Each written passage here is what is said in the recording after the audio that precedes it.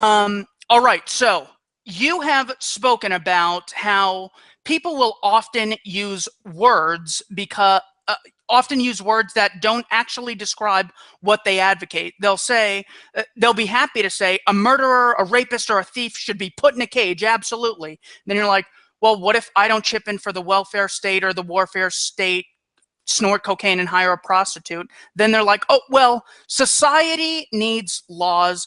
Like they're so uncomfortable with initiating violence that they can't even say the words.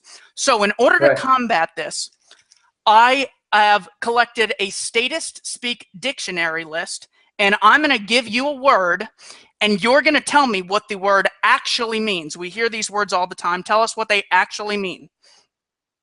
Okay. Gun control. That means the ruling class limiting what weapons can be owned by the people and using violence by way of agents who have guns to punish anybody who possesses an inanimate object that the politicians have declared they're not allowed to have. Taxation. Basically extortion under a nicer name, but prolonged extortion. So it isn't even just theft. It isn't even just one-time theft. It really is. Extortion is the better term than theft because it's prolonged. They do it over and over again. Government. Whoops, there was a glitch. I didn't hear that one. Government. That's a huge one. It's basically a term that a gang uses to describe itself to make people believe that it's legitimate and that the violent domination and extortion that it commits is legal and lawful and righteous and necessary for society, blah, blah, blah. It's basically the term for a gang to try to make the gang sound like good guys when they're not. They're violent parasites. Amanda Rockwitz has a great Anarcho-Capitalism speech about government just being the biggest, smartest gang, and that's why we think they're legitimate. Country. Basically the territorial jurisdiction of one of these gangs.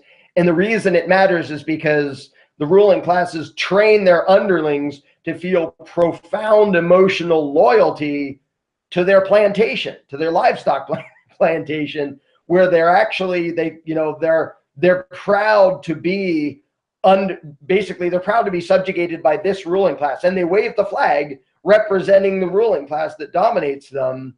And they feel this profound emotional devotion to their own enslavement, basically like a plantation owner convincing his slaves that we're the best plantation and you're so lucky to be working on our plantation, which is one of the reasons I made the video called The Jones Plantation, which covers a lot more than that. But yeah, it's basically the turf of a ruling class, but people think it's some great club that makes us so special and unique. What is regulation? Basically euphemism for violent control. And it's regulate, like when somebody talks about a law, like laws and regulations are basically two terms for the same thing. But when somebody talks about law, they're usually meaning something pretty simple, like you're not allowed to do X or you have to do. Regulation tends to be a bazillion miles long and stupidly intricate, but it's still all just a threat of violence. Like the cliche people, the example that people use, like how many hundreds or thousands of pages of regulations are there about how you have to raise cabbage, I think it is, to sell it on the market in the US. And it's all just a gigantically, long-winded threat of violence. Is you have to jump through all these 8 bazillion hoops or we beat you up. That's the punchline. And it's, the fact that there are hundreds of pages that come before the punchline of or we beat you up doesn't change the fact that it's just a threat of violence. What is a social safety net? It's a totally bogus euphemism that for some reason doesn't include people voluntarily helping each other, but it only includes a ruling class forcibly extorting everyone to allegedly pay for people who need it, whether it's the elderly or the sick or the poor or the whatever else. But interestingly, when they use euphemisms, they leave out the moral legitimate versions, like people chipping in and charitably helping others voluntarily. And instead, they want to use that term just to apply to the violent government version which is forced redistribution of wealth. What do people mean when they say we should pass a law? The funny thing is they don't know what they mean. To them, I know what they mean, but they don't most of the time. To them, it sort of means, well, there are these things called law. Society has these things called law that like lays down the rules of how we all should behave or what's good or something or other. And most people who talk about that, they're not even clear inside their own head about the fact that a law coming from government is always a threat of violence. It says you have to do this or you're not allowed to do that. And if you disobey and we catch you, we do nasty things to you. We hurt you. So when they say there ought to be a law, they're literally saying, they don't understand this, but they're literally saying we need the ruling class to issue a threat of violence about X. That's what it means to have a law about X. And even in the case where force is justified, like don't murder people or we'll use force to stop you, calling that a law still feeds into the weird statist notion that like we need politicians writing it down. Like I couldn't stop somebody from committing murder unless we quick run off to politicians and first have them write down on a piece of paper that they, the divine politicians, don't approve of murder, which is just silly. Stopping a murder, you don't need a badge, you don't need a law, you don't need special authority. As a human being, you already have the right to protect the innocent from the aggressors. And so the whole ritual of law is basically a way to try to legitimize violent domination. When people call for laws, they're calling for threats of violence and usually don't even know it. Collateral damage. Basically, either murder or negligent homicide committed by a ruling class's military that they don't want to call that. They want to pretend, well, it's just something that sort of happens. And so often you can point out the insanity and evil of statism just by changing the setting. So an example I use is if somebody says, yeah, there's a gang of 4 or 5 really bad dudes in my neighborhood, and don't worry, I did away with them by like strafing the neighborhood with machine gun fire for a month and then dropping bombs. And yeah, I killed like 100 other people, but that was a small price to pay because we got those 4 or 5 bad guys. The rest was collateral damage. Like in that context, nobody would say, oh, well, good for you. They say you're utterly insane and you're worse than the problem that you pretend to be fighting against. But if you call it that when it's blowing up brown people on the other side of the world, most Americans go, oh, well, I guess that was necessary, or they're doing their best to blah, blah, blah. But yeah, negligent homicide or murder, some of each is what is collateral damage. And it's actually a little worse than that, because it would be like you doing that because of the 4 or 5 thugs plus coercively funding the operation. And then when people ask you, what evidence do you have that the thugs were evil? You say, well, that's been classified for the next 50 years for your security. Right. You're not allowed to know what I'm doing or why. You just have to take my word for it, and you have to pay for it. Right. What is an executive order? This is funny. This is a thing that came up recently. An executive order is a certain kind of bogus authoritarian decree. It can do one of 2 things. It can either only apply in the US, it can only apply to federal employees. It tells them how to do a job differently, or it can carry out authority, quote unquote, already delegated to the president by way of Congress. So they pretended to have the right to do something. They already said, we're going to give this right to do something to the president if and when he decides to do an executive order. A lot of people seem to think that you can just do anything with an executive order, and that's not really how they work. But it's just another layer of the bogus authoritarian garbage of them pretending to have magic, special, superhuman rights that you and I don't have. Because I don't like, for me to go do something that's inherently moral, I don't have to write an executive order first. By this executive order, I give myself permission to go stop the guy from stealing a little old lady's purse. Like, no, you don't need any such authority. So it's just another tool of immoral aggression. That's the only thing you need that for. What is the draft or conscription? That is the worst form of slavery that has ever existed. Because not only is it taking somebody's life and the fruits of their labor and effort, not only is it risking their life or taking their life, but it's forcing them to do pretty much the worst thing you could possibly do, which is murder and occasionally terrorism and stuff like that. And I'm happy to say that I don't think that if they're ever dumb enough to try the draft again, it will backfire very quickly, because at least humanity in this country has progressed to the point that if you say, yeah, you're a teenage kid, he has to go to the other side of the world to blow up people for us. I think we've at least reached a point where a lot of people, myself included, would not only say no, I'd be burning down draft offices. I would absolutely be sabotaging it in every way I could. Hopefully without having to shoot anybody. But yeah, if they're all the way kidnapping American kids to go act as murderers on the other side of the world, it's bad enough that a bunch volunteered to do it. But if you're going to kidnap kids, I'm going to forcibly resist you.